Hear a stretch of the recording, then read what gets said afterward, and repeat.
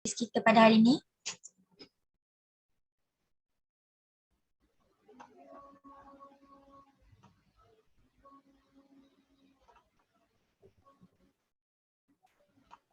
Bismillahirrahmanirrahim. Alhamdulillahirrabbilalamin. Wassalatu wassalamu ala asyrafil anbiya'i wal mursalin wa ala alihi washabihi ajma'in. Allahumma sholli ala sayyidina Muhammad wa ala alihi washabihi wa barik wasallam. Dari Johor hendak ke Pekan, singgah di Lipis membeli haruan. Semanis senyuman kami harap hamparkan, buat bingkasan salam pertemuan. Assalamualaikum warahmatullahi wabarakatuh dan salam sejahtera. Yang dihormati Encik Muhammad Izzat bin Zulzali selaku penceramah jemputan. Yang dihormati Dr. Nuruhuddin binti Abdullah dan Puan Hazirah binti Bush selaku pensyarah kejuruteraan alam sekitar. Bagi memula dan memuliakan majlis, marilah sama-sama kita menadah tangan bermunajat memohon berkat agar segala urusan mendapat rahmat. Untuk itu, majlis mempersilakan Zami Haziq bagi memimpin bacaan doa. Dipersilakan. Assalamualaikum warahmatullahi wabarakatuh. Terima kasih kepada saudari Fatin Amira. Bagi memberkati majlis kita pada hari ini, marilah kita membaca umul kitab Al-Fatihah.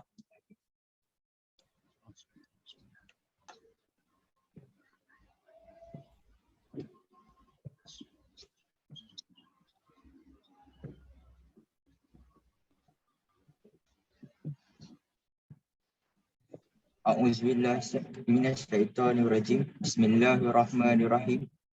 Alhamdulillahi rabbil alamin. Wassalatu wassalamu ala asyrafil anbiya'i wal mursalin wa ala alihi wa sahbihi ajma'in. Allahumma innaka khallaqul azim. Innaka sami'un alim. Innaka ra'ufur rahim. Innaka rabbul arsyil azim. Innakal barrul jawadul karim. Ya Allah, Engkaulah yang mempunyai segala kepujian. Engkaulah yang berhak menerima segala kepujian. Engkaulah yang berhak menerima segala kesyukuran. Engkaulah yang memiliki segala pemerintahan. Di tangan Engkau segala kebajikan. Kepada Engkaulah kembali segala urusan. Allahumma ya Karim ya Rahim. Cucurilah rahmat dan rahimmu ke atas majlis Nature Hero 2022 yang diadakan pada hari ini. Berkatilah ia dari awal hingga akhirnya. Ya fa'alu lima yurid. Kami juga memohon perlindungan daripadamu dari segala perkara yang boleh mencacat celakan majlis kami. Dan daripada segala perkara yang melalaikan kami dari berbuat taat kepadamu. Kepadamu jua kami berserah segala urusan kami. Rabbana alaika tawakkalna wa ilaikana bena wa ilaikal masir. Rabbana atina fid dunya hasanah wa fil akhirati hasanah wa qina azabannar. Wassallallahu ala sayyidina Muhammad wa ala alihi wa sahbihi wasallam. Walhamdulillahi rabbil alamin.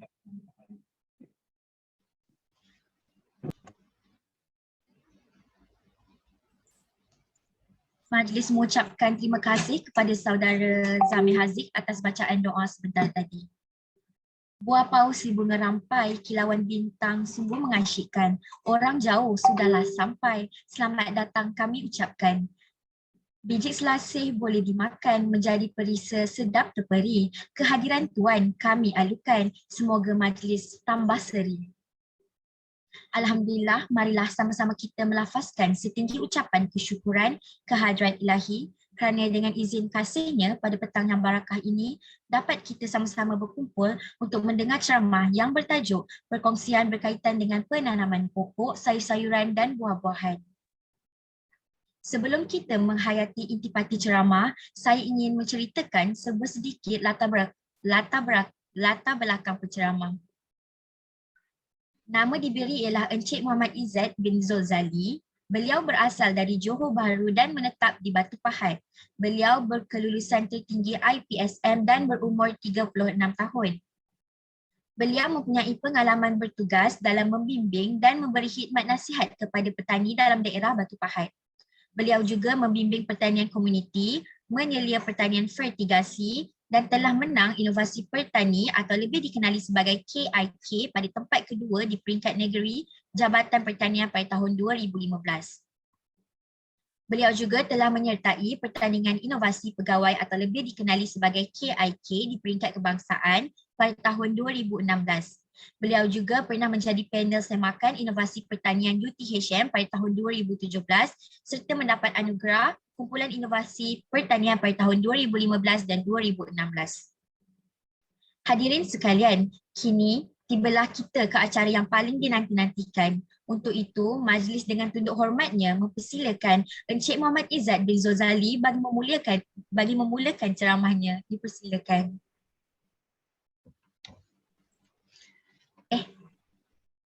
Terima kasih kepada pengerusi majlis. Assalamualaikum warahmatullahi wabarakatuh. Alhamdulillah, pada petang ini kita dapat bersama-sama di dalam satu majlis ilmu yang saya akan sampaikan. Okey, sebelum saya nak mulakan sebelum tu, saya nak tanya, slide kat mana? Slide ada tak? Ada kat saya tu aja. Dekat. Okey. Okey, kalau gitu tak apa.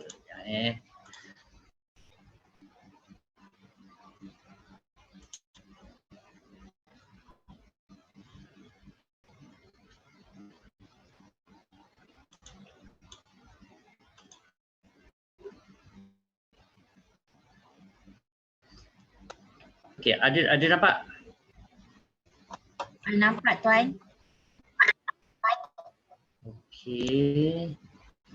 Dekat tempat saya tak nampak sebenarnya ni. Di mana ya? Tuan, kalau tuan nak kami share. Okey, tak apa, macam ini. Okey. Okey, dulu.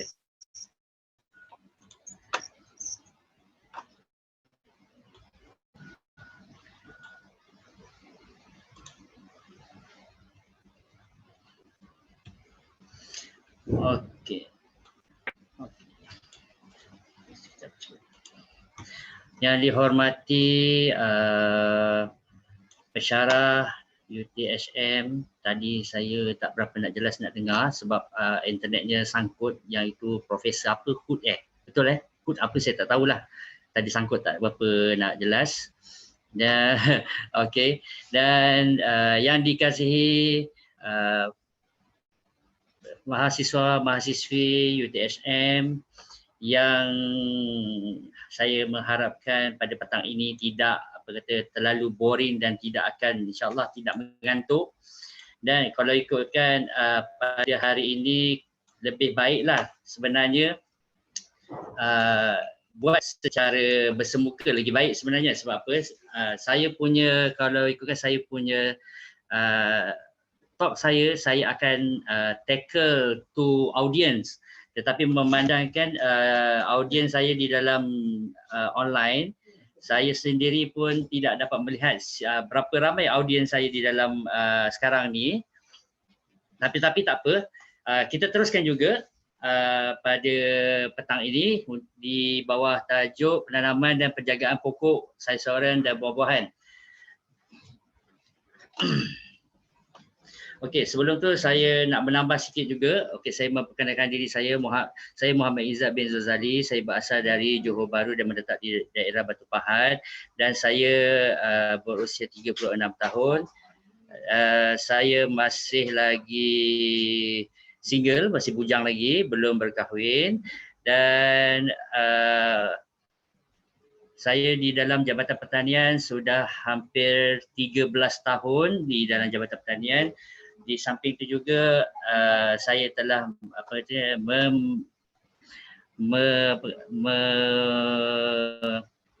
menaikkan nama jabatan, iaitu beberapa anugerah lah di peringkat negeri dan di peringkat kebangsaan. Alhamdulillah, itu bukannya tajuk yang kita nak mulakan, tetapi tajuk sebenar adalah penanaman dan penjagaan pokok, sayuran dan buah-buahan. Okay, next.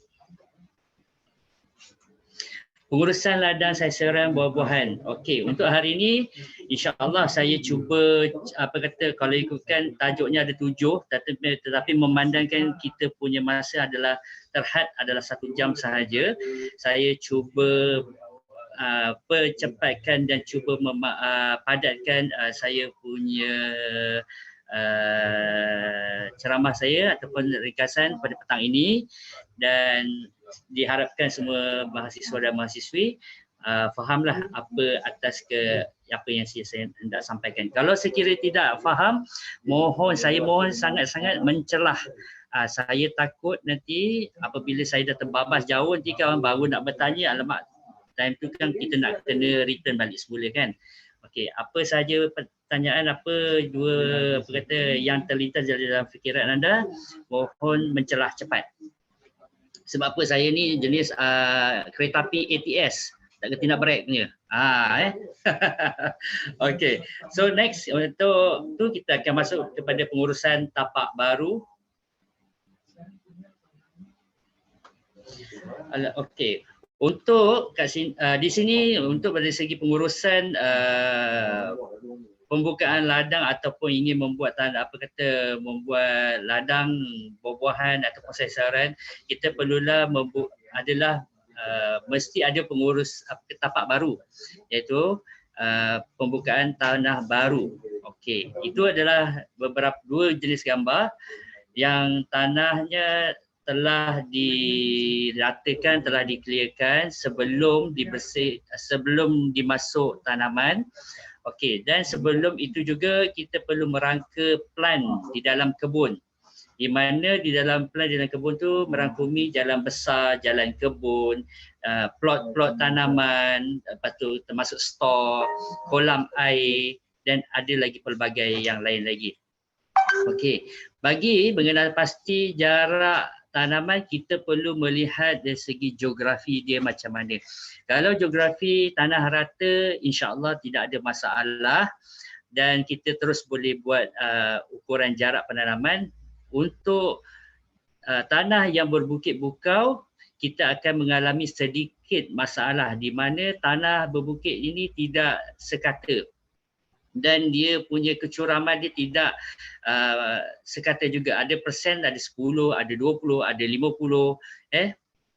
Okey, tetapi kita perlu tahu juga untuk tanaman jenis buah-buahan ni, kita perlukan teres, kita perlu membuat teres, dan jarak tanaman juga perlu bersesuaian dengan jenis tanaman. Kalau saya faham juga kepada pelajar-pelajar, sebagai pelajar, okey, kepada pelajar mungkin ada yang datang daripada Felda, ada datang daripada keluarga yang berkebun. Saya faham kemungkinan tuan-tuan pelajar-pelajar ada mak bapak yang membuat kebun buah-buahan, ada yang membuat kebun sawit, ada yang membuat kebun nenas, ada yang buat pelbagai lagi jenis kebun. Okey, di situ juga kita perlu tahu jenis-jenis tanah. Okey, okey, next. Okey, ini yang dikata tadi, jarak tanam bergantung kepada bentuk tapak. Okey, untuk tanah rata yang di sebelah kiri tu, saya ambil gambar itu adalah pokok durian.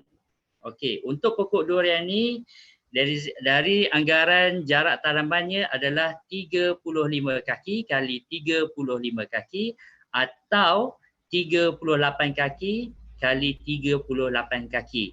Kenapa 35 ataupun 38 kaki? Sebab itu jarak ni perlu ada. Kita hendak memberi pokok ruangan pencahayaan yang cukup. Kita hendak memberi pengudaraan yang cukup kepada pokok buah-buahan. Ya, itu antara salah satunya lah. Dan yang sebelah itu tanah berbukit. Okey, anggaran tanah berbukit ni jaraknya adalah 20 kali 20 sehingga 25 kali 25. Okey, ini pun saya ambil juga bagi tanaman pokok durian, pokok buah durian. Okey, kenapa di tanah berbukit dia punya jarak dia lagi pendek berbanding dengan tanah rata. Okey, tanah rata dia memerlukan pengairan, dia perlukan air yang secukupnya. Tetapi di tanah berbukit pengairannya tidak perlu kerap sangat. Sebab apa? Dia mempunyai satu kelembapan yang tinggi. Di mana bukit-bukit yang ada di dalam semenanjung Malaysia ni akan mengeluarkan mata air. Yang kita tidak tahu di mana mata air itu akan keluar. Okey. So begitu juga apabila pelajar-pelajar tahu di gunung-gunung terdapatnya air terjun. Di mana air terjun tu keluarkan air. Dengan air, mata air yang keluar daripada tanah, daripada celah batu, daripada akar pokok, daripada everything, whatever saja di atas gunung tu, dia akan keluarkan air. So dekat situ kekerapan untuk penyiraman air tidak perlu untuk bagi tanah bukit sebab dia sudah lembap. Bagi tanah rata dia perlu kekerapan yang tinggi lah. Sebab dia tidak ada takungan air, dia tidak ada saliran yang baik. Tetapi dia mempunyai kawasan ataupun kawasan yang luas. Okay, next.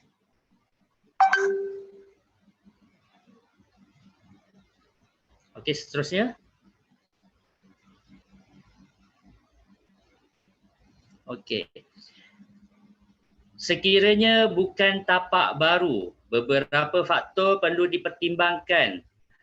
Pokok lama tumbang, contohnya kelapa sawit, contohnya getah ataupun pokok koko ataupun pokok hutan. Okey, itu perlu dibersihkan dulu, ditebang, diratakan dulu. Dan bagi penyakit akar putih. Penyakit akar putih ni yang terdapat daripada pokok getah. Okey, bagaimana kita nak merawat tanah tu sendiri daripada penyakit akar putih ini merebak kepada pokok buah-buahan kita. Yang pertama sekali kita perlu plough, iaitu kita perlu gemburkan tanah itu. Itu di kawasan tanah rata perlu digemburkan menggunakan traktor. Jangan pula nanti buat dekat tanah kawasan gunung ataupun kawasan bukit menggunakan ataupun menggemburkan tanah. Janganlah sebab nanti sekarang berlaku hakisan. Nanti berlaku tanah runtuh. Okey, untuk nak merawat akar putih ni pula bagi yang sebelum ni tanaman pokok getah kita perlu rawat. Macam mana kita nak rawat? Adakah kita nak rawat guna Panadol atau kita nak guna ubat batuk? Tidak Okey, tetapi kita perlu meletakkan kapur. Kita perlu neutralkan balik tanah-tanah itu. Tidaklah terlalu sukar sebenarnya. Sebenarnya terlalu mudah untuk kita nak merawat tanah. Okey, in case kalau kata pihak pelajar adalah mak bapak ataupun daripada keluarga yang berkebun mempunyai Cik Izzat, mak bapak saya ada menggunakan EM, mak bapak saya ada menggunakan whatever saja untuk merawat tanah. Itu semua boleh digunakan. Tetapi janganlah sampai merosakkan tanah itu sendiri. Jangan menggunakan chemical. Kalau menggunakan organik lagi baik. Sebab apa? Kita nak tanah tu dirawat balik semula. Okey. Puan, saya nak tanya. Ya saya. Tak apa, saya tanya dulu. Okey, andai kata kalau contoh tempat, kalau kat UTHM ni, kat Kolej Kediaman Pelajar ni, ada satu tanah tu daripada sebenarnya sebelum ni kelapa sawit. Lepas tu dia tambak jadi tempat perumahan pelajar ni lah. Okey, dan ada masalah yang saya selalu kerap dengar daripada pengetua kolej mereka ni, dia kata kalau tanam serai pun tak serai pun mati. Jadi macam tak subur sangat tanah tu. Jadi dia kena buat cara macam ni, letak kapur juga ke macam mana? Okey, untuk tanah di UTHM tu sebenarnya okey, tanah UTHM tu ada sejarah sebenarnya tu. Tak pagur ya tuan? Okey, asal usul tanah tu memang ada apa kata tanah tu tanah bersejarah lah. Okey, sebelum naiknya UTHM tu tanah tu adalah tanah gambut. Okey, tanah ada yang sebahagiannya tanah paya. So tanah tu kawasan-kawasan berair. Okey. So apabila UTHM nak dibangunkan, dia orang letak tanah. Okey. Tanah jenis apa yang dia orang tambak? Itu perlu ditahu. Perlu tahu. Sebab ada yang tambak tanah hitam saja semata-mata. Sebab apa? Tanah hitam tu tidak ada nutrien, tidak ada enzim, ataupun tidak ada protein. Dekat situ dia kosong. Tanamlah apa saja, kalau tak ada unsur-unsur tu semua dia memang dia akan mati. Tetapi macam mana nak katanya nak tanam juga dekat kawasan itu, perlulah letak baja organik. Taburlah baja organik. Sebab kita rawat dia. Kita kena rawat dia. Okey, di samping tu juga kalau di kawasan kawasan persekitaran UTHM, baik di pejabat pertanian Parit Raja di sebelah UTHM tu, sebelah BHP tu pun, kita pun mengalami masalah yang sama. Kita pun mengalami masalah yang sama. Kita tanam pokok sekarang ni, pokok pisang pun tidak menjadi. Sebab apa? Dia punya tahap kemasaman dia sangat tinggi. So kita perlu letak kapur lah. Itu pun setahun kita letak kapur 3 kali. Kalau katanya pihak pelajar ada yang tahu, kata kenapa letak 3 kali banyak sangat kan? Ada setengah kalau letak 2 kali setahun pun dah cukup. Tapi kerana kemasamannya yang tinggi, kita terpaksa letak kekerapan beberapa kali lah untuk menyutrakan balik tanah itu. Okey, saya juga ada memikirkan juga untuk membuat R&D sendiri di kawasan di belakang pejabat pertanian Parit Raja tu, yang sebelah BHP tu. Saya ingin nak buat untuk menanam pokok durian atau pokok buah-buahan menggunakan biji dulu. Bermaksud pokok penanti. Sebab apa? Pokok penanti ni memang asal usulnya daripada biji tu sendiri. Dia akan dipecah and then akar tu akan terus direct ke bawah. Kita akan lihat sama ada pokok penanti itu boleh survive ke tidak. Kalau pokok penanti itu sendiri tak boleh survive, bermaksud jangan haraplah pokok klon durian musang king ke, IOI ke, duri hitam ke, jangan harap boleh tanam kat situ. InsyaAllah dia akan mati. Kan? Sebab ini pokok yang pokok kuat. Dia memang pokok yang paling baik punya dah. Okay. Alright, next. Saya nak tanya, kalau penyakit akar putih tu, macam mana kita nak tahu dia ada penyakit akar putih? Okey, untuk penyakit akar putih ni sangat senang. Bila pokok getah tu ditebang saja, bila dikorek, diterbalikkan, memang akan nampak akar tu berwarna putih dan dia macam debu putih. Dia akan jadi debu putih. Dan debu putih tu yang kita nak rawat. Sama ada kita rawat, sembuhkan dengan taburkan dengan kapur, neutralkan dulu, biarkan lebih kurang dalam 2 minggu ataupun 3 minggu. Nanti benda tu dia akan mati sendiri. Okay. Alright. Okay. So kita masuk untuk tajuk kedua, penanaman benih. Okay. Untuk penanaman benih, kat sini yang saya tunjuk ni adalah nursery pokok buah-buahan, yang itu pokok durian lah. Minta maaf saya terpaksa saya ambil fokus yang paling mudah sekali, pokok durian lah. Okey, untuk di sini nursery tanaman durian ini adalah di kawasan yang tanaman yang paling mudah untuk kita jaga pada peringkat awalannya, iaitu menggunakan biji. tanam melalui biji.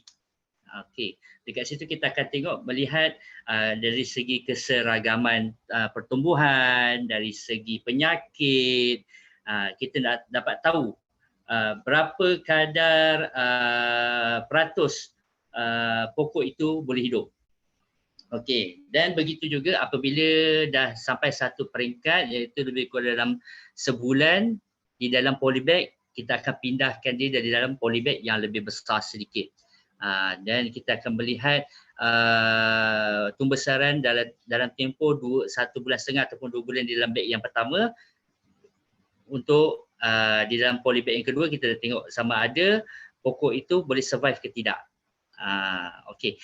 Dan begitu juga bagi tanaman pokok buah-buahan yang lain. Jangan semua pokok jenis semua jenis tanaman pokok buah-buahan ni boleh ditanam di atas polybag. Ada juga boleh terus direct ke atas tanah. Okey. Apa yang boleh direct ke atas tanah iaitu tanam belakang rumah lah sendiri. Kalau kat kebun janganlah nanti kan habis kena rodok nanti kadang habis tahu-tahu biji ni hilang. Okay. Alright. So next.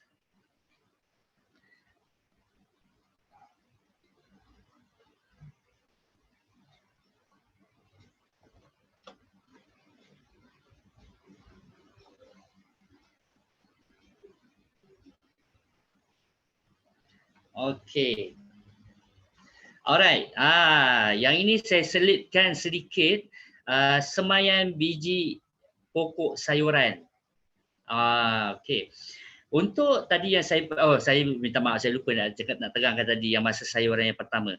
Okey, untuk yang saya return sikit je untuk pembersihan kawasan bagi tanaman sayur-sayuran pun sama apa yang tanaman buah-buahan sama juga dengan tanaman sayur-sayuran. Kena gemburkan, lepas tu kena rawat, everything semua sama. Dia tidak ada berlainan. Perlu dibuat plot, perlu dibuat penjarakan, perlu untuk sayur-sayuran ni kita kena buat batas. Okey. Dan di sini juga untuk pokok sayur-sayuran yang ada yang pelajar-pelajar nampak ni kita semai di dalam tray. Okey, ini adalah pokok sayur sawi. Pokok sayur sawi ni perlu disemai di dalam tray. Atau kalau katanya nak bajet lagi lah, orang kata kudukut kan. Okey, bukan dia tak boleh pakai tray, boleh pakai tray, and then boleh juga semai menggunakan di dalam dulang. Okey, dulang yang kat rumah tu ke, kata mak punya ke, abah punya ke, dulang lah. Okey, letaklah span ke ataupun kain, taburkan. Okey, and then letaklah biji sayur-sayuran. Okey, dalam tempoh biji anak pokok sayuran ni di dalam tray ataupun di dalam dulang tidak perlu lama seperti pokok buah-buahan. Pokok buah-buahan di dalam polybag perlu dalam tempoh sebulan setengah ke 2 bulan sampai ke 6 bulan. Okey, tetapi untuk pokok biji semaian biji pokok sayuran ni paling lama di dalam tray adalah 2 minggu sahaja. Lepas tu perlu dipindahkan di atas tanah. Perlu dipindahkan di atas tanah.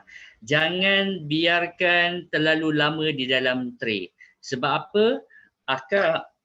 Akar sayur di dalam tray nanti dia akan lemas dan dia boleh mati.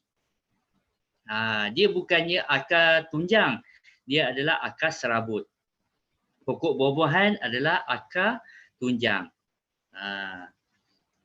Kat sini bila nak disemai, antara faktor yang perlu dijaga, okey, adalah perlu dijaga dari segi air, kelembapan media tanaman. Yang pertama, perlu dijaga. Dan yang keduanya, pencahayaan. Okey, untuk pencahayaan ni, semaian benih pokok sayuran ni tidak perlu direct pada matahari. dia perlu lindungan. Kalau boleh tanamlah dalam kawasan yang bertutup. Ada pencahayaan yang sikit-sikit boleh. Jangan direct terus matahari. Nanti sekarang dia punya tembesaran dia terbantut.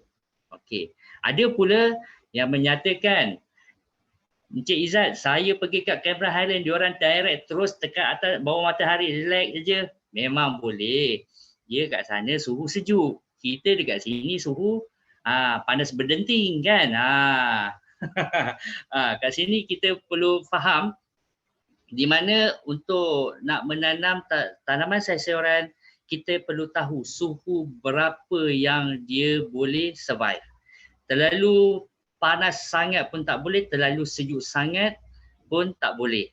Dia ada suhu-suhu dia. Kalau boleh suhu bilik lah, lagi cantik. Alright. So next.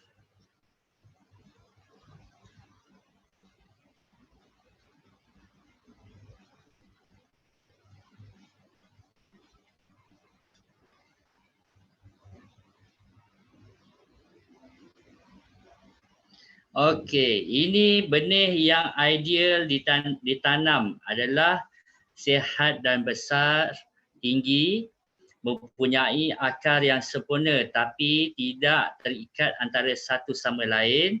Okey, kalau boleh, kalau kata untuk pokok buah-buahan ni, bijinya satu polybag, satu biji saja.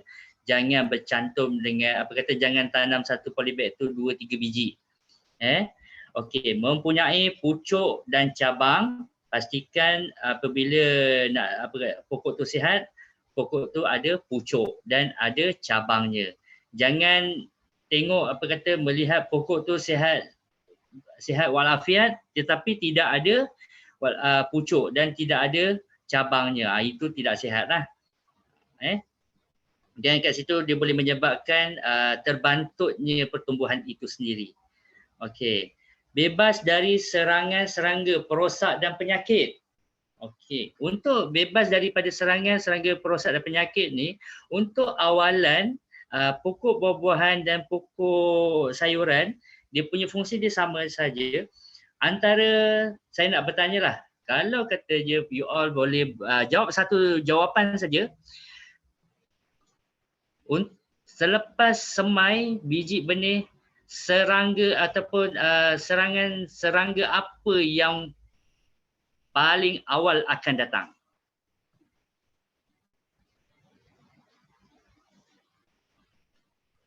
Siput. Okey, itu adalah yang terbaik. Betul. Saya memang mengalaminya, siput. Siput ni antara salah satu perosak yang sangat digeruni. Tengok macam tak ada apa-apa tetapi digeruni. Sebab apa? Dia menyerang bukannya pada waktu siang. Dia bukan menyerang pada waktu awal subuh. Dia bukan menyerang pada tengah waktu malam, pukul 8, pukul 9. Dia menyerang semasa kita tengah tidur nyenyak di atas tilam. Itu dia serang. Pukul 2-3 pagi dia akan menyerang.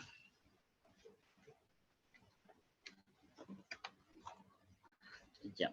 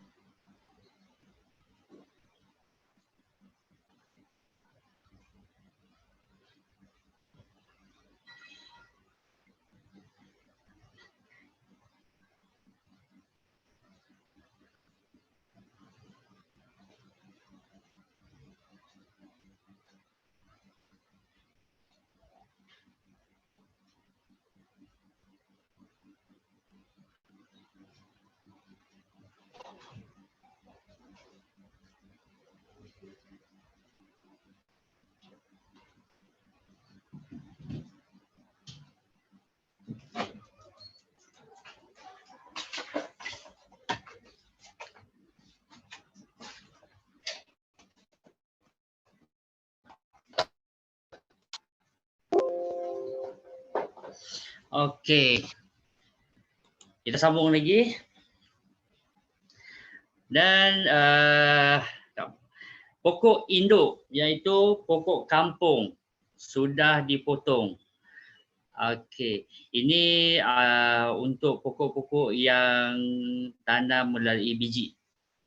Untuk pokok sayur-sayuran tidak ada pokok induk. Okey. Next.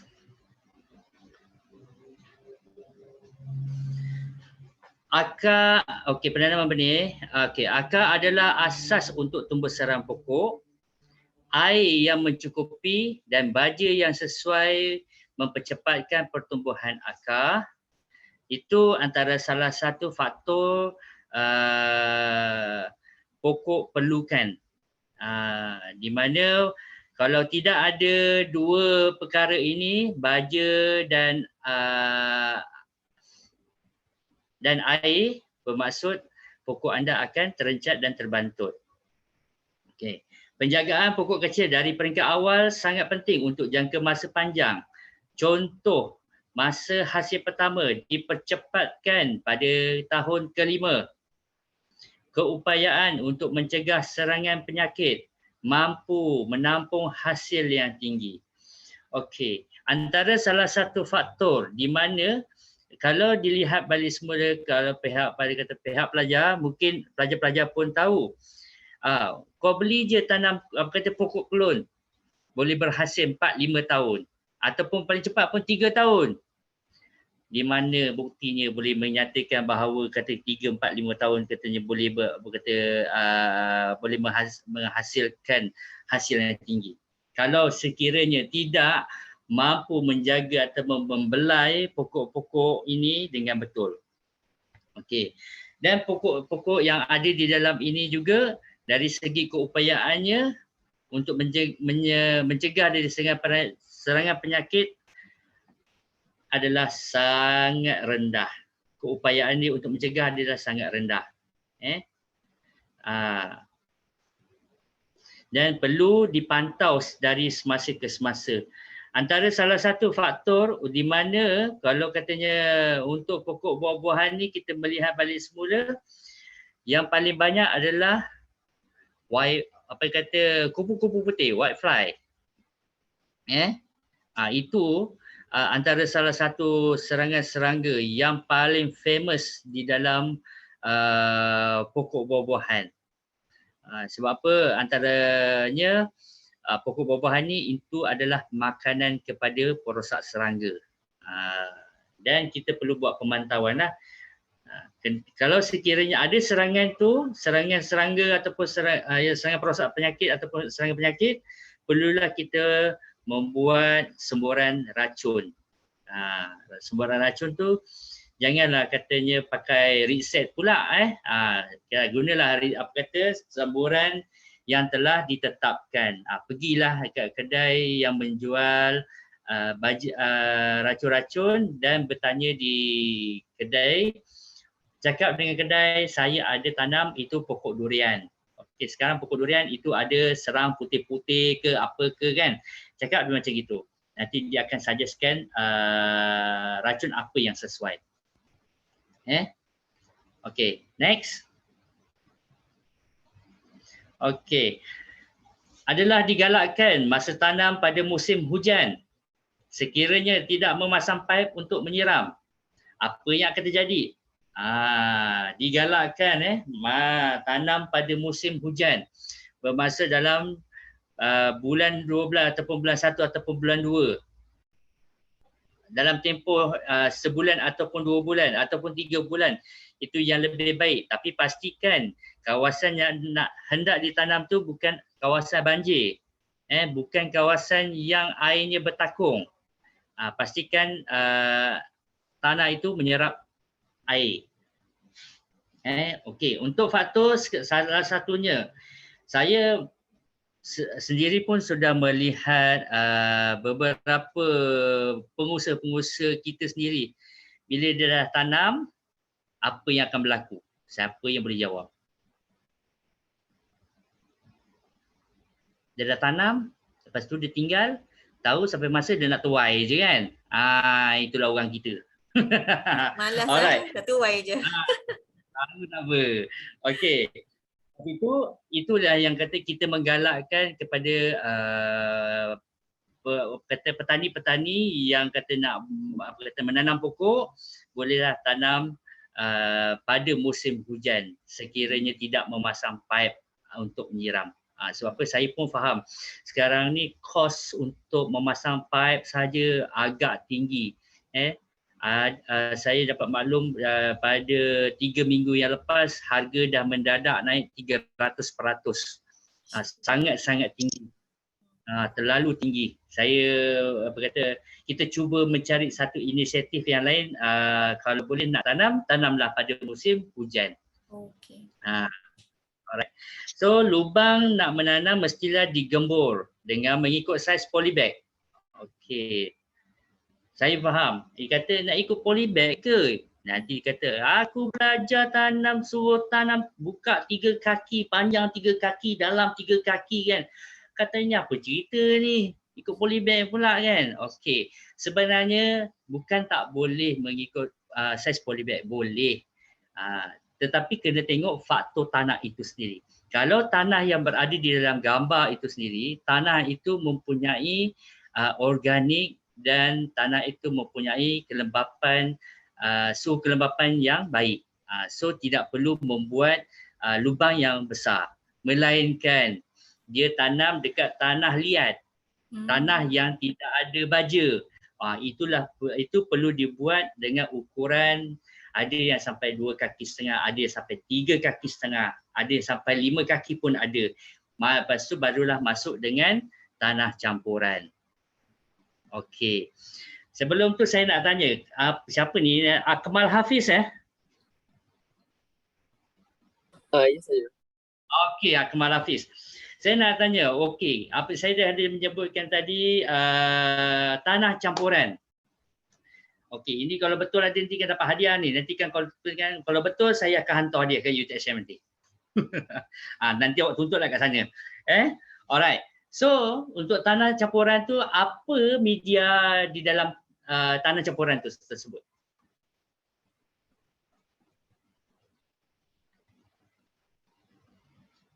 Dalam rambut.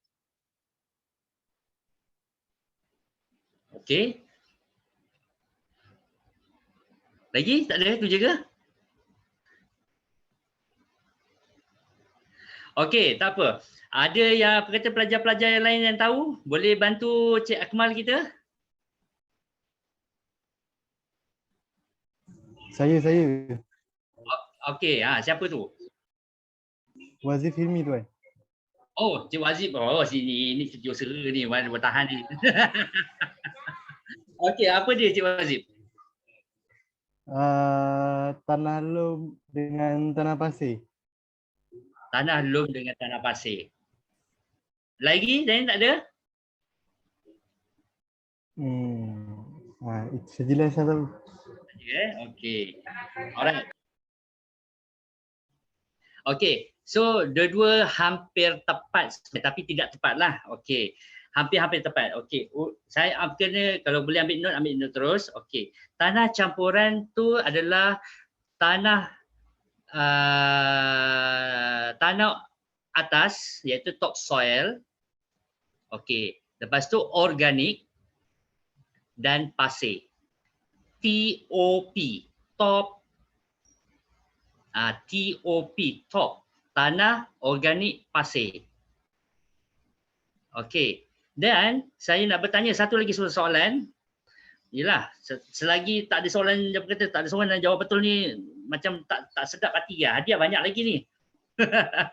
Okey, antara tiga media tanaman, tanah organik dengan pasir. Berapakah nisbah dia? 3-2-1. Yeah. 3-2-1. Siapa itu bercakap? Akmal. Ya, Akmal Hafiz. Okey. Alright. So, siapa ni? Tu nanti tolong ambilkan nama dia nanti. Nanti sekarang minta tuntut hadiah dekat sana. Okey, nanti insyaAllah kalau tak dapat besok lusa saya akan pergi ke UTSM untuk serahkan hadiah. Okey. Dan seterusnya, selepas tanam. Okey. Selepas tanam, mampatkan tanah supaya akar pokok durian menembus ke dalam tanah. Okey, seterusnya. Okey, kesuburan tanah adalah berkaitan dengan pembajaan, pemuliharaan tanah dan kebersihan. Okey, di mana kebersihan ni perlu dijaga.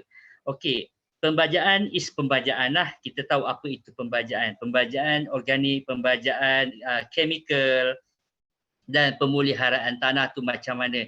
Kita perlu tahu. Okey, kalau tanah itu mempunyai ketul-ketul yang besar, macam mana kita nak pecahkannya dengan menggunakan apa. Itu perlu tahu. Okey, kebersihan. Kebersihan ni antara salah satunya bukanlah sampah sarap plastik ke, kertas ke, ataupun whatever lah kat situ kan. Apa yang kita tahu sampah kat situ kan. Okey, kebersihan di situ adalah bermaksud rumput, rumpai yang tidak diperlukan perlu dibersihkan. Antaranya rumput-rumput yang degil, rumput-rumput yang menjala itu perlu dibersihkan. Bukan hanya tanaman durian sahaja, tetapi tanaman buah pokok buah-buahan yang lain pun sama juga. Perlu dibersihkan. Kita tak nak nanti ada satu perkara di mana ada gangguan pengakaran, merebut baja dan merebut air disebabkan tidak membuat pembersihan. Tidak membuang pokok-pokok tu semua. Maksudnya pokok-pokok yang tidak diingini lah perlu dibersihkan. Okey, next. Okey, ini macam lama lagi ni. Ini tinggal berapa minit je lagi ni kan. Ini kalau kita 2 jam ke 3 jam ni baru cukup ni. Alright. So untuk pengurusan tanah saya sekali lalu untuk yang ini. Okey, ciri-ciri tanah yang sesuai untuk tanaman durian dan ataupun tanaman pokok buah-buahan. Tanah liat yang dalam. Pengaliran air yang baik. Kedalaman tidak kurang daripada 1.5 meter. pH tanah sekitar 5.0 sehingga 6.5. Kalau di kawasan kita, di kawasan Parit Raja, di kawasan UTHM ataupun di kawasan pertanian Parit Raja, itu sudah sampai ke 8 ke 9 pH kemasaman dia. Sangat tinggi. Perlu dirawat kat situ. Okey, tumbuh dengan lebih baik di tanah landai dan berbukit. Tidak tahan dengan tanah yang bertakung air yang saya cakapkan tadi. Okey, tidak tahan dengan angin kencang semasa ribut taufan. Ia memerlukan perlindungan. Okey, alhamdulillah lah, tetapi memandangkan tempat kita ni angin ribut taufan memang tak ada lah kan. Kalau angin-angin ada pun angin sayu bayu je. Kan. Okey, kalau katanya kawasan tu adalah kawasan angin lintang, perlu dibuat perlindungan. Macam mana nak buat perlindungan? Perlu dibuat dinding.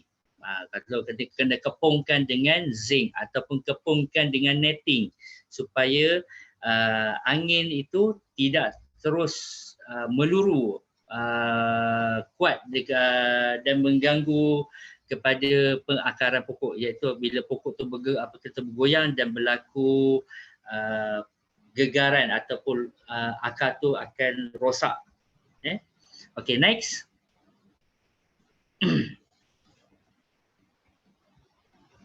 Okey, pemangkasan dan pembuangan parasit. Okey, parasit ni sebenarnya ada di mana-mana, di dalam pokok buah-buahan. Begitu juga dengan tanaman sayuran. Parasit pun ada di dalam sayuran. Okey, itu pun kita kena lihat di mana pokok perlu dibuang, perlu dibuat pemangkasan. Okey. Untuk parasit ni dia akan berlaku apabila selepas musim hujan. Selepas musim hujan dia akan berlaku. Sebab apa? Dengan air hujan lah. Air hujan adalah pembawa yang kita tidak nampak. Angin daripada mana, datang daripada mana kita tidak tahu. Tahu-tahu hujan tempat kita dan terus pada pokok dan pokok akan mengalami serangan parasit. Nah, yang kat situ bila dah ada serangga parasit tu kita perlu buang. Okey, antaranya kat situ pokok durian. Pokok durian ni apa kita nampak dekat dahan-dahan dia tu, itu adalah parasit, iaitu pokok duit-duit. Okey, pokok duit-duit tu perlu dibuang. Jangan tak dibuang. Sebab apa? Apabila tak dibuang, sudah mengganggu proses pembungaan. Pucuk nak keluar pucuk bunga pun tidak akan keluar. Dia dah mengganggu kat situ. Alright, untuk pokok yang benih baru ditanam setahun ke atas dia akan berlakulah. Okey, untuk yang pokok kata setahun yang ke atas ni perlu dilihat balik semula anai-anai. Semut. Jangan kalau boleh kata bukan tak bagus, semut tu boleh bagus sebenarnya. Semut ada kata kerengga bagus sebab apa dia melindungi pokok itu sendiri. Okey, dan begitu juga ada semut-semut tertentulah. Tetapi kalau sekiranya ada terdapat semut yang tidak diingini, dia akan membuat sarang kat situ dan pokok akan boleh mati. Dia akan menyedut, menghisap sel-sel pokok atau apa kata sel-sel pokok itu sendiri. Alright. Next. Okey. Bahagian pemangkasan, pembuangan parasit. Okey, yang harus dibuang. Tunas air yang berada di dahan, ini pokok yang telah dewasa, perlu dibuang. Okey, persaingan nutrien. Okey, begitu juga ini dah apa yang kita lihat adalah pokok buah-buahan. Kalau untuk pokok sayur-sayuran pun sama. Contohnya lah pokok sayur buah. Okey, sayur buah kalau dilihat balik saya pun agaknya pasti saya tahu. Kenal lah Dr. Siti Amelie? Kenal tak? Siapa kenal Dr. Siti Amelie dekat UTHM? Ada FAS ke tuan? Daripada Fakulti Sains ke? FKEE. Oh, elektrik. Oh, diorang tak kenal, diorang kat Pago. Oh, ya ke? Okay. And then diorang doktor dia ada buat tanaman terung dan ada buat tanaman cili. Okey, di mana diorang membuang tunas air pada peringkat awalan tanam pokok cili itu sendiri, ataupun membuang tunas air di peringkat awalan pokok terung itu sendiri. Sebab apa? Kita tak nak ada persaingan nutrien. Itulah dia. Ini kalau kata depan mata saya ni, saya dah jawab soal seorang-seorang dah ni. Kan? Ini tak nampak bayang ni, dah nak macam kita. Saya dah nak mengangkat tangan dah macam gini kan. Okey. Tapi tak apa. The next time mungkin boleh bersemuka lepas ni. InsyaAllah, insyaAllah. Okey, ranting, dahan dan penyakit. Okey, mengurangkan jangkitan penyakit. Kalau ada jumpa ranting-ranting yang mati, perlu dibuang. Begitu juga bagi tanaman cili, bagi tanaman terung yang mana rantingnya dah telah kering, perlu dibuang juga. Okey, dahan yang terlalu padat, kestabilan kanopi, yang itu pun perlu dibuang juga. Okey, next. Okey, pembuangan parasit adalah aktiviti yang dibuat dari semasa ke semasa selain masa bunga dan buah. Yang itu yang saya perkatakan tadi. Okey, so perlu dibuang. Apabila pokok parasit tu ada, dia akan mengganggu masa bunga dan buah. Dan tujuan mengurangkan persaingan nutrien, mengurangkan halangan untuk berbunga dan berbuah, meningkatkan suhu dan mengurangkan kelembapan pada permukaan pokok. Okey, itu saja. And then next. Okey, pemangkasan pembuangan parasit. Apabila dah dibuang parasit-parasit itu juga semua, melihatlah putik-putik buah bunga yang lebat dan buah juga yang lebat. Okey, next. Okey, pengurusan baja. Setiap jenis baja haruslah digunakan dengan sesuai pada fasa masing-masing dengan cara yang betul. Kalau melihatkan baja yang ada warna hitam, ada warna biru, ada warna merah, ada warna baja organik kan. Okey, masing-masing pun tahulah mungkin pernah digunakan di rumah. Iaitu buat apa kata tabur di pokok-pokok bunga. Okey. Sebenarnya kita perlu tahu baja-baja ni pula sebenarnya unsur dia adalah apa. Kalau merah tu apa unsurnya, biru tu apa unsurnya, hitam tu apa unsurnya, perlu kita tahu. NPK, nutrient, phosphorus dan kalium. Okey, kat situ kita perlu tahu dan dia ada nisbah-nisbah dia tertentu.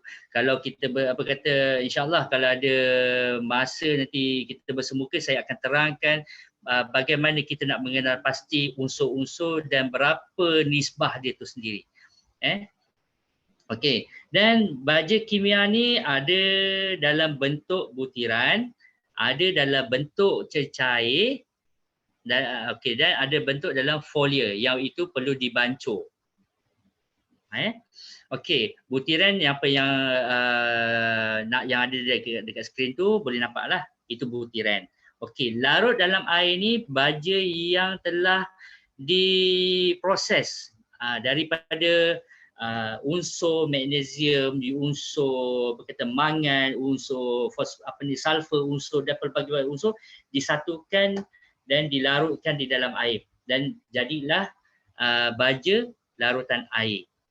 Kalau folia ni sebenarnya di antara salah satu dia dalam bentuk serbuk, perlu dibancur. Perlu dibancur. Okey, kalau baja organik tu tak perlu ceritalah. Tuan-tuan pun faham. Okey, maksudnya baju organik adalah daripada tinja haiwan. Tinja haiwan. Ada pula, kalau saya nak cerita lebih panjang lagi, ada pula sebenarnya tambahan daripada sisa makanan, buangan sayur-sayuran kat rumah. Sisa buangan makanan, daging, ayam, ikan, buah-buahan dan pelbagai lagi apa jua jenis yang kita makan kat rumah tu, kita sebenarnya boleh proses jadikan bahan baja organik.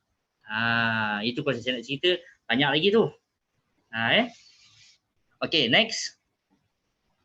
Pengurusan baja. Akar pokok durian lebih kepada memanjat ke tepi. Akar yang menyerap nutrien adalah akar di bahagian luar kanopi. Jika kanopi tidak jelas, boleh tabur di dahan di antara pokok, di antara pohon. Tabur secara merata. Okey. So, kat sini apa yang kita lihat, akar dia tunjang memang dah ke bawah lah. Yang akar mencari makanannya adalah di permukaan di atas tanah. Iaitu adalah akar muda. Akar muda yang mengejar baja tersebut untuk membuat makanan ataupun mencari makanan. Dan dia dah ambil makanan, dia terus bawa kepada akar dulu, kepada akar tunjang, ambil air, bawa terus naik ke atas ke dahan, ke batang dan terus kepada dahan.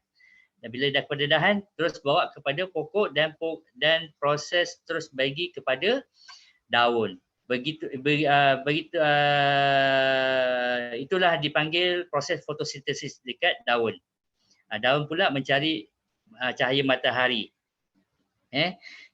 Okey, saya tak nak ceritalah untuk berapa persen setiap daun, berapa persen dia buat makanan, apa semua, itu kita tak nak cerita dulu, kita cerita pasal basic dia lah. Okey, next. Okey, baja kimia, keperluan pertumbuhan pokok. Baja kimia ini adalah kita, baja kimia ni adalah kita nak menggalakkan aja. Maksudnya kita nak mempercepatkan pokok tu hidup. Maksudnya kita bagi makan dia, kau punya orang katalah, orang kampung kata kau punya bagi. Bagi. Tetapi berlaku pembaziran. Sebab apa? Akar pokok dia tidak akan mengambil baja yang banyak, hanya beberapa persen sahaja daripada baja yang kita beri. So kat sini apabila nak ditaburkan, hendak menggunakan baja kimia, tidak perlu letak banyak-banyak, sedikit sahaja. Sebab dia makan sikit saja. Dan kalau katanya baja butiran adalah sangat panas. Bila panas, akar bila dia dah kejar baja butiran dan dia akan melecur. Habis, pokok tu akan mati. Okey, begitu juga baja organik. Baja organik ni meningkatkan keupayaan tanah untuk menyerap nutrien. Okey, baja organik ni antara salah satu, dia boleh merawat tanah. Dia boleh memberi keronggaan kepada pengudaraan pada tanah dan pokok akan terus membesar dengan baik. Baja organik ni boleh digunakan pada setiap fasa. Dia tidak ada limit. Dia tidak ada limit. Seminggu sekali ke ataupun 3 hari sekali ke tak ada masalah. Tetapi kalau katanya dari segi perkumuhan ataupun pelubusan baja di dalam tanah tu adalah lama, kita tengok keadaan. Ada yang sampai 2 ke 3 minggu sekali baru baja. 2-3 minggu sekali baru baja. Kalau kimia tidak. Kimia perlu ada kekerapan seminggu sekali dan perlu 1 camca sahaja. Contohnya lah, itu di dalam pasu. Kalau di pokok buah-buahan ni kita perlukan 0.5 kilo sehingga 1.5 kilo sehingga 1.5 kilo yalah, banyak sebenarnya mengikut fasa pokok itu sendiri. Berapa keperluan baja yang perlu diberikan. Alright. Okay, next. Okay, pengurusan serangga dan penyakit. Inilah yang berlaku sekiranya pengurusan serangga tidak dijaga dengan baik dan berlakulah serangan perosak. Habis pokok buah durian tu. Dah kena tebuk, dah kena serang. Dah tak boleh makan. Okey, untuk cara cara dari membuat semburan racun perlulah menggunakan water pump. Iaitu perlulah diletakkan racun. Sembuh daripada bawah sampai ke atas. Tetapi perlu diingatkan, apabila hendak meracun, janganlah jadi seperti orang yang di dalam gambar itu. Itu tidak ada safety. Perlu memakai pakaian tertutup macam PPE. Tertutup habis. Barulah kita buat semburan racun. Okay, next. Okey, pengurusan serangga dan penyakit, Integrated Pest Management iaitu IPM. Kita boleh menggunakan pagar, kita boleh menggunakan jaring, perangkap lampu. Ini semua adalah untuk mencegah daripada serangan kepada pokok. Kepada yang nampak jaring-jaring itu semua bukannya nakkan penghasilan buah yang cantik apa tidak, tetapi untuk mencegah daripada serangan serangga ataupun serangan perosak. Okey, kalau ikutkan pagar dan jaring ni, serangga ataupun perosak apa yang paling digeruni selain daripada perangkap lampu tu? Pagar dan jaring ni, serangan apa yang paling digeruni oleh petani-petani di Malaysia? Anjing. Gajah. Tikus. DBI. Okey, alright. Okey, dah cukup. Okey, yang paling digeruni sebenarnya adalah kepala hitam. Orang.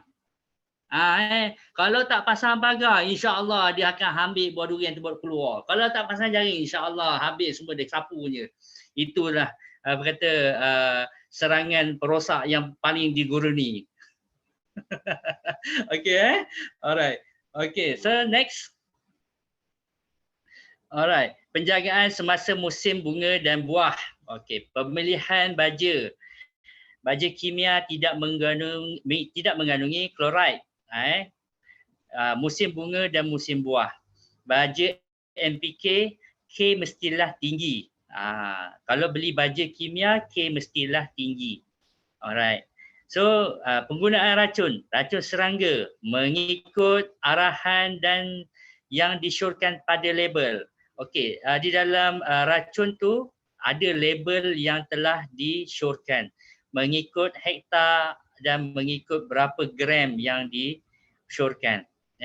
Penjagaan rumput yang tadi saya kata, yang kata kebersihan tu, itu penjagaan rumput tu perlu dikekalkan, mengekalkan ketinggian rumput, memotong atau meracun ataupun racun sesuai kelembapan tanah sederhana iaitu buah.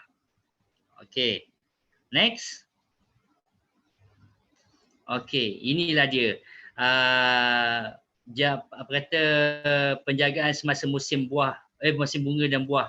Pasang jaring memudahkan pengumpulan hasil, menjaga kualiti buah. Itu antara salah satu dia punya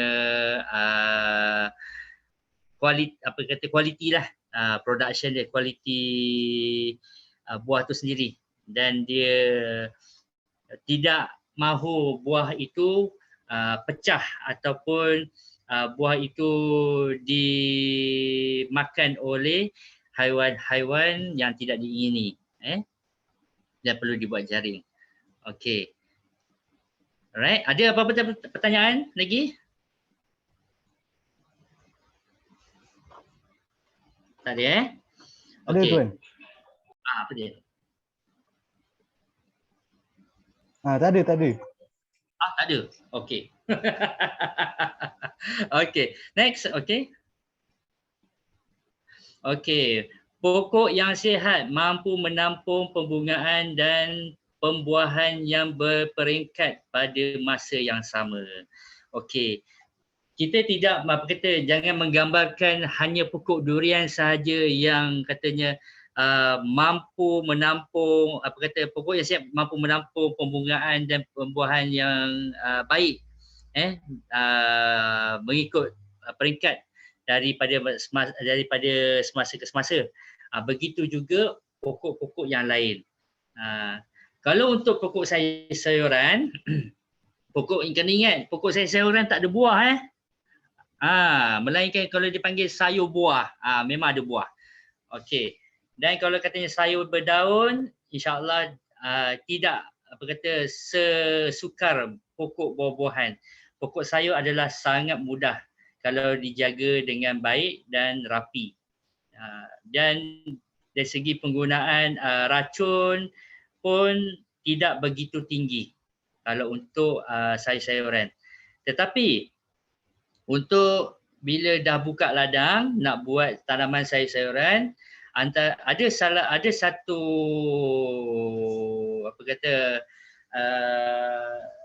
satu cara di mana untuk mengatasi dari serangan perosak, iaitu buat secara sistem biologi. Sistem biologi. Perlu dipasang yellow sticker, perlu dipasang perangkap lalat buah, perlu dipasang perangkap kumbang dan pelbagai lagi lah. Ada caranya.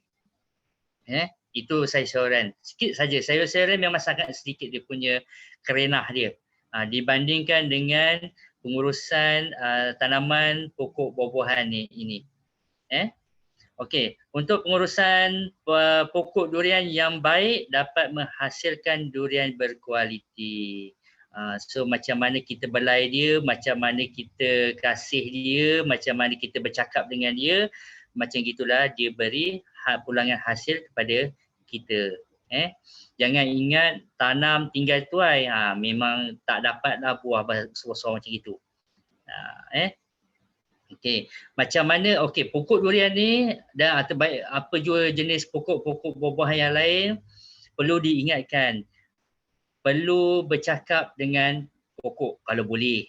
Sekarang kata gila pula cakap dengan pokok kan. Kita bukan apa. Dia ni mendoakan kita, dia mendoakan kita yang menanam dia. Dia yang memberi hasil kepada kita dan kita yang mengolah dia. Kita mengolah pokok tu sendiri dan dia akan memberikan pulangan hasil yang baik dan berkualiti. Jangan anggap satu kata tanam pokok apa ni, tanam pokok ni kan tak ada makna semua ni kan. Pada saya janganlah macam itu.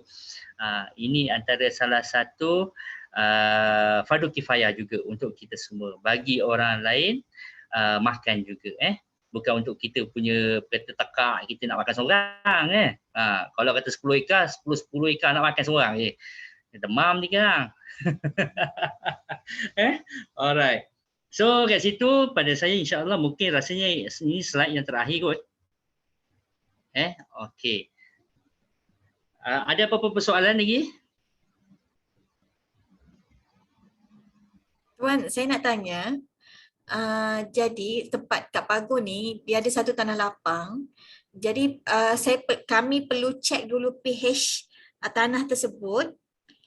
Kalau misalnya dia sangat masam, so kita letak kapur. Kapur tu bancuhan ni macam mana? Nak cek pH tu macam mana? Nak kena ambil berapa gram tanah masuk dalam air ke? Macam mana tu? Cerita boleh tolong ajar tak? Okey. Untuk kapur ini, kalau di dalam pertanian tidak ada bancuhan. Okey, kapur ni dia dalam bentuk serbuk tepung. Perlu ditabur saja di atas tanah. Oh, bukan yang cair yang kapur masak tu? Bukan. Itu lain. Okey. Okey. Kapur tanah ni kita kena tabur di atas tanah. Kalau kata tanah tu tanah clear, kita kena gemburkan. Maksud kita kena pelaukan dia. Tabur dulu lepas pelau. Biarkan selama 3 ke 4 hari. Lepas tu cuba cek lagi sekali. Kalau katanya pH tu masih tinggi lagi, tabur lagi. Okey. pH tu maksudnya kita ambil tanah sikit sejemput masuk dalam air kacau-kacau cek pH macam tu ke? Okey, sebenarnya kita ada lab kita sendiri sebenarnya. Okey. Kita ada lab kita sendiri. Kita ada lab and then kita akan minta pegawai teknikal kita daripada soil untuk pergi ke tapak tersebut untuk ambil sampel tanah itu sendiri dan diorang akan melihat apakah unsur dalam tanah itu. Sama ada alkali terlebih ke ataupun asid terlebih.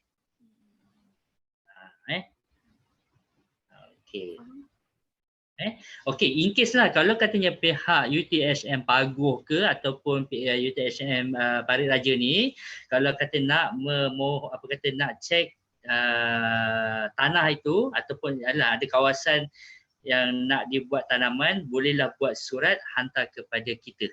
Hantar ke pejabat pertanian daerah Batu Pahat dulu. Nanti kita akan ke sana nanti. Baik. Terima kasih banyak tuan. Sama-sama. Ada apa-apa lagi? Encik, Ya, saya. Saya nak tanya, kalau selain daripada test untuk tanah tu sendiri, nak tahu dia punya sifat ke apa, selain daripada pH, ada ke testing lain yang kita boleh tahu? Selain daripada tu? Tak ada, itu saja. Oh, memang kalau untuk tanaman ni itu sajalah? Itu saja. Okey. Okey.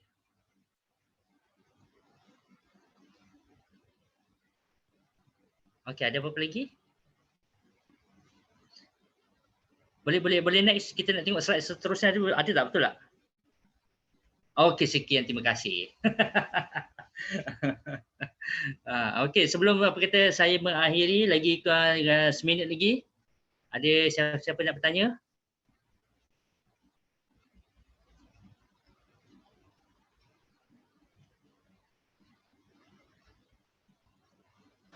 Tuan, saya nak tanya.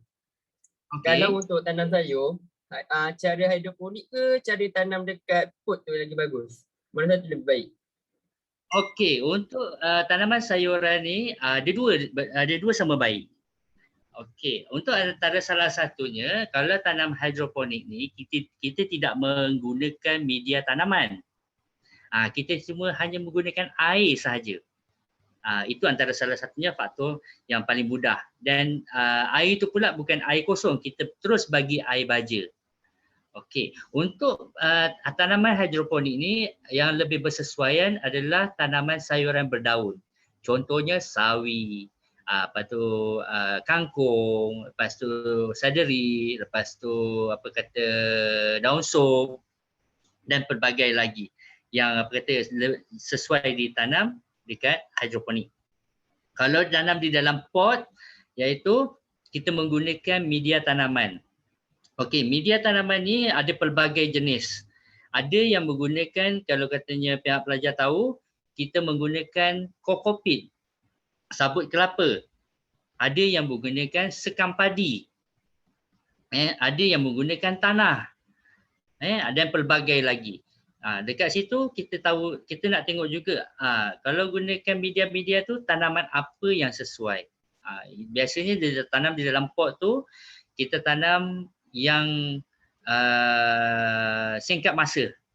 Tak lama dia punya jangka hayat dia. Lebih kurang dalam 6 bulan. Iaitu cili, terung, bendir, kobis dan pelbagai lagi. Itu lagi baiklah. Okey, ada lagi? Saya nak tanya boleh? Okey, boleh. Selain daripada penanaman pokok, apakah yang adakah terdapat cara lain untuk seimbangkan antara pembangunan dan juga alam semula jadi? Nak seimbangkan pembangunan dan alam semula jadi. Sebenarnya boleh, tak ada masalah. Okey. Untuk yang dia kata nak seimbangkan, kita di dalam Jabatan Pertanian, kita di bandar ini kita telah cuba menstabilkan, kita cuba seimbangkan pembangunan dan tanaman. Di mana pembangunan sebangunan kita tengoklah bangunan yang tinggi, lepas tu rumah, lepas tu rumah kedai dan kedai-kedai yang lain kan. Kat situ juga kita ada juga mempromosikan pertanian community, iaitu pertanian ni kita nakkan pihak di kawasan bandar ini mempunyai tanaman sayur-sayuran. Contohnya yang tadi katanya tu tadi kita menggunakan pot, kita gunakan hidroponik, lepas tu kita ada menggunakan mini fertigasi dengan keluasannya yang tak begitu besar. Ada sebenarnya. Itu memang sekarang ni kita tengah buat. Dan sekarang belum mencapai lagi tahap yang maksimum. Maksudnya tanaman tu masih belum sampai yang semua orang ingin nak buat tanaman, belum lagi. Kita sekarang masih membuat kempen lagi. Okey, lagi? Ada? Patutlah masa saya duduk JB kan tuan. Jadi bila saya lalu-lalu kat tepi jalan raya, saya perasan pokok-pokok tu ditanda. Dia macam ada name card dia tu. Dia ada macam nombor. Saya pun tak pastilah. Tapi di majlis MBIP itulah. Dia saya tengok, mungkin diorang kena jaga kot pokok-pokok yang besar tepi-tepi jalan ni. Supaya nak stablekan alam sekitar dengan pembangunan. Okey, so sekarang ni yang kata nombor-nombor tu sebenarnya itu adalah aset modal negeri. Okey, sekiranya in case lah kan, kita tak tahulah kat Johor Bahru tu kan, kena gelak yang bawa kereta tu pula, yalah bawa selaju-lajunya langgar pokok tu tumbang.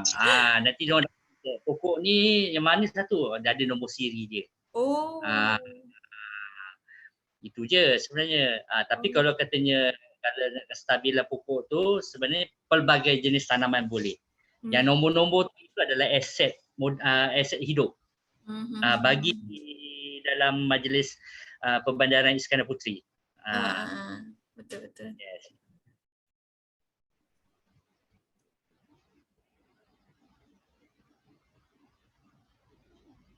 Okey tuan, saya nak tanya.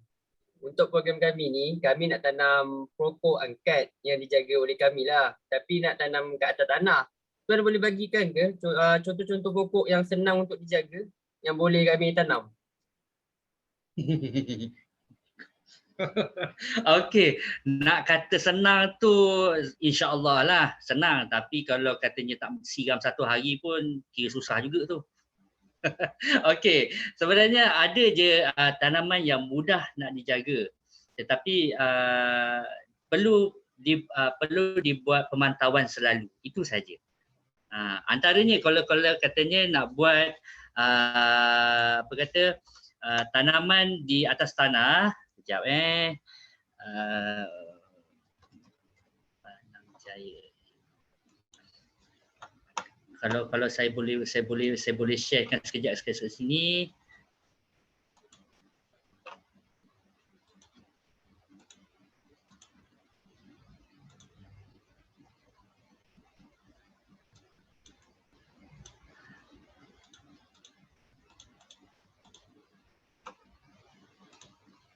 Okey.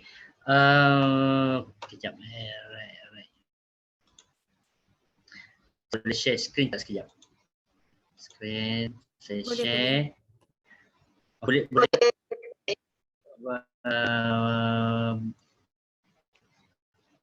Boleh nampak?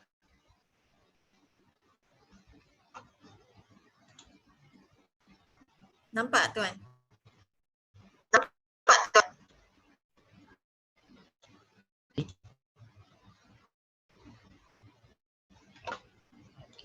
Okay.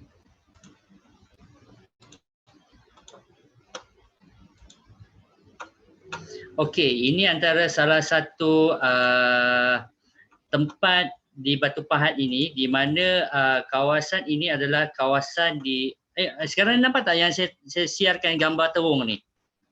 Nampak. Okey. So sekarang ni ini adalah gambaran tanaman konvensional yang sekarang berada di Taman Banang Jaya. Okey, mereka ni adalah pertanian komuniti Taman Banang Jaya dan mereka menanam pokok sayuran buah di atas tanah. Okey, ini adalah salah satu projek di mana projek ini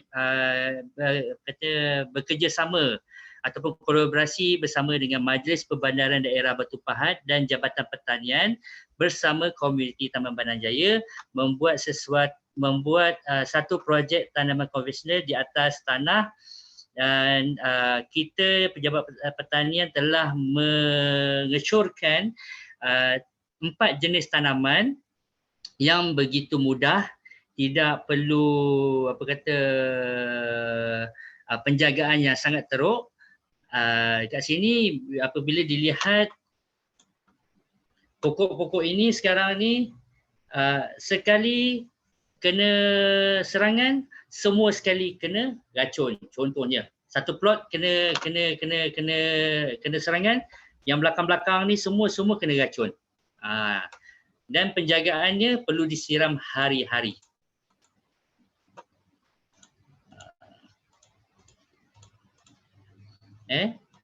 Okey, ini adalah serangan lah. Okey, ini telur, siput. Okey, habis. Rasanya itu saja yang ada.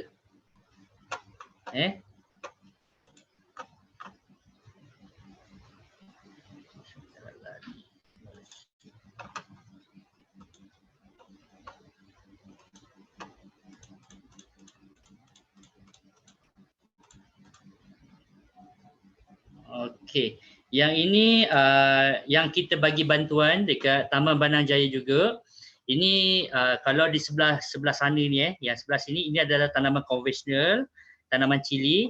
Yang ini adalah tanaman hidroponik dan yang ini adalah tanaman fertigasi.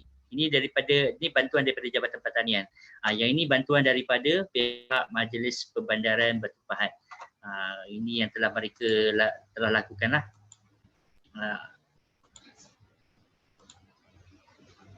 Okey. So kat sini kalau in case kalau katanya nak buat tanaman di atas tanah, boleh, tak ada masalah. Tapi pastikan you all mesti kena buat satu jadual kerja. Jadual kerja itu sendiri. Kalau katanya nak tahu kan apa kalender tanaman, nanti boleh datang ke pejabat pertanian ataupun berjumpa dengan saya. Kita akan bagi kita ada buku kalender tanaman. Apa yang perlu dibuat sebelum hari-hari yang berikutnya.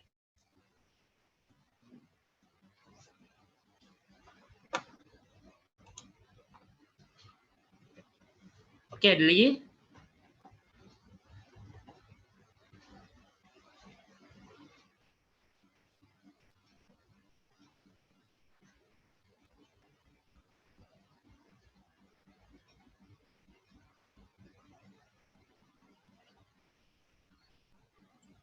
Ada soalan lagi ke yang lain?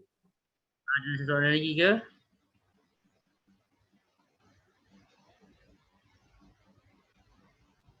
Kalau tak ada kita teruskan ya. Boleh Tuan? Boleh, okey. Ada tak? Tak ada.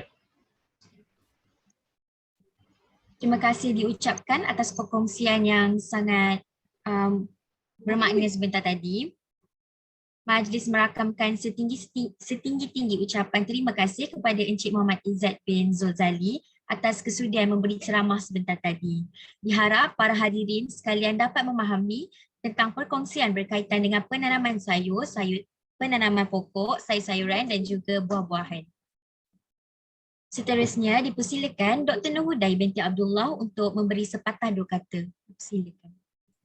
Okey, bismillahirrahmanirrahim. Assalamualaikum warahmatullahi wabarakatuh dan selamat petanglah kepada adik semua. Terima kasih kepada saudari pengacara majlis yang berusaha Encik Muhammad Izzat bin Zulzali selaku penceramah kita lah hari ini.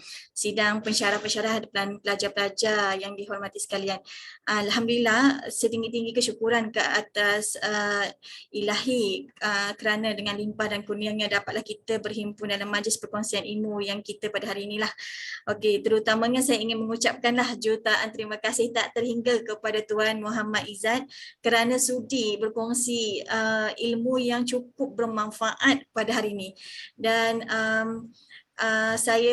kami ni memang kalau ikutkan memang zero lah dalam bab penanaman ni, walaupun ada dah dulu campak-campak je, betul lah tu, saya lah tu kategori ke, tapi bila Tuan cakap kita kena campak tetapi kita kena jaga dan belainya tu memang sepatutnya kena begitu juga. Dan Alhamdulillah yang saya campak-campak tu menjadilah sekarang dah makan hasilnya betik.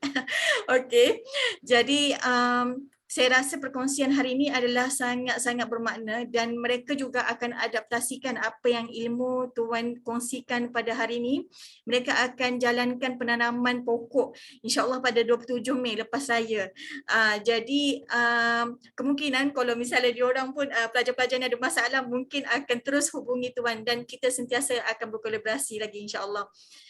Buat pengetahuan Tuan dan hadirin sekalian, program hari ini juga penting untuk mendedahkan pelajar-pelajar dan staf UTHM berkaitan tentang penanaman dan mendidik kita semua ni menjaga dan mencintai alam sekitar. Sebab betul pokok-pokok ni adalah dan juga pembangunan juga saling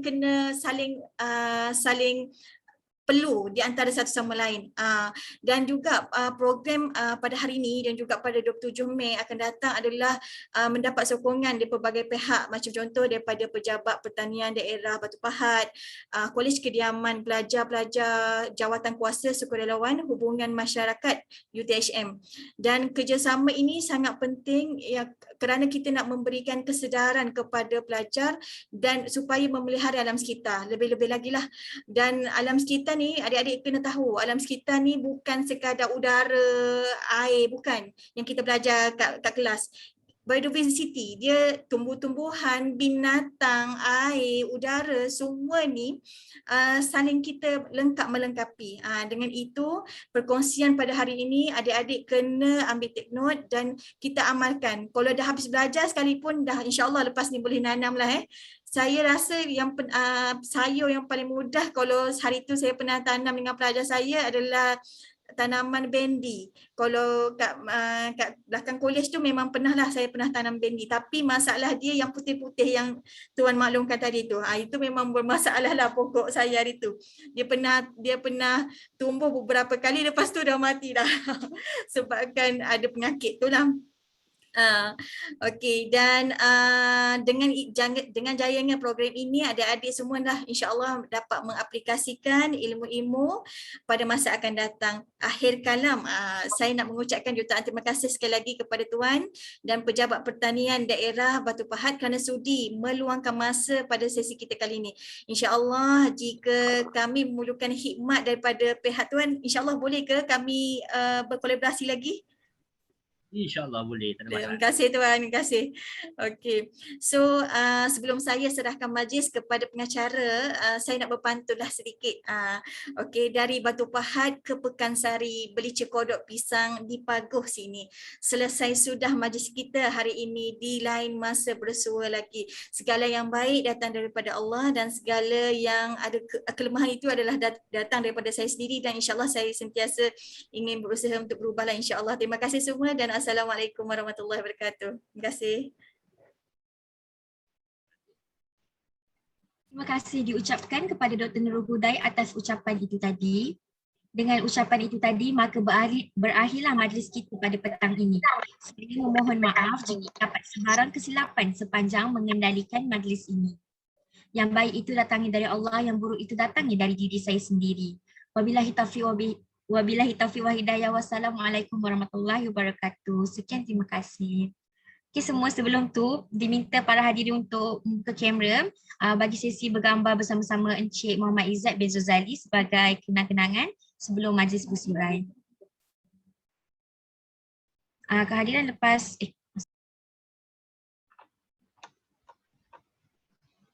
Okey, siapa yang ambil gambar? Rafiq ke? saya Doktor. Okey, silakan.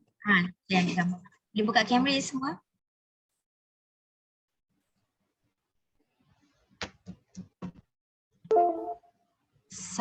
Boleh Boleh ambil sekarang?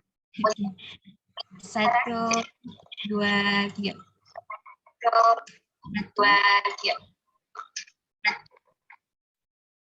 1, 2, 3. Kejap. Okey, sekali lagi 1, 2, 3. 1, 2, jap. 1, 2, 3. Okey dah. Okey. Okey. Maka berakhirlah majlis kita pada hari ini, kami ucapkan. Untuk sebelum berakhir program, minta semua para hadirin untuk isi kehadiran di chat box. Ada link. Terima kasih banyak Tuan sebab bantu kami pada hari ini. Okey, selamat berpuasa dan selamat berbuka puasa. Ya, insya-Allah. Dah tak tahu macam mana. Mana aku punya kerja.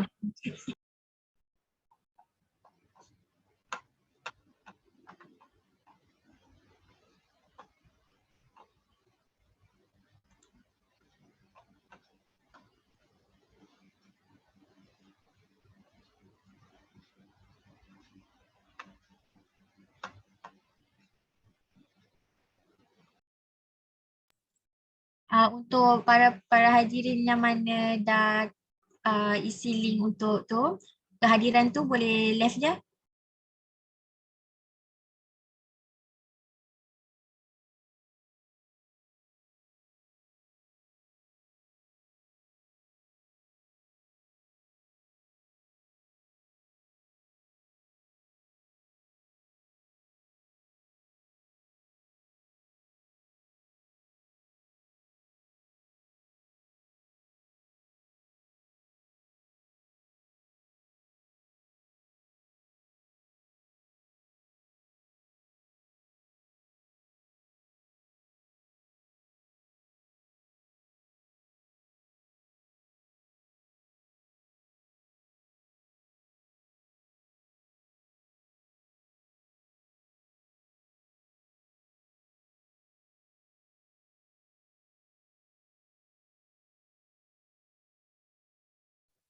Doktor. Terima kasih. Ya, sama. Terima kasih. Terima kasih Doktor. Ya, sama. Terima kasih Doktor. Encik Izzat dah keluar ke? Dah left dah. Encik Izzat dah keluar. Wazif stay sekejap Wazif. Team Okey. MT sekejap.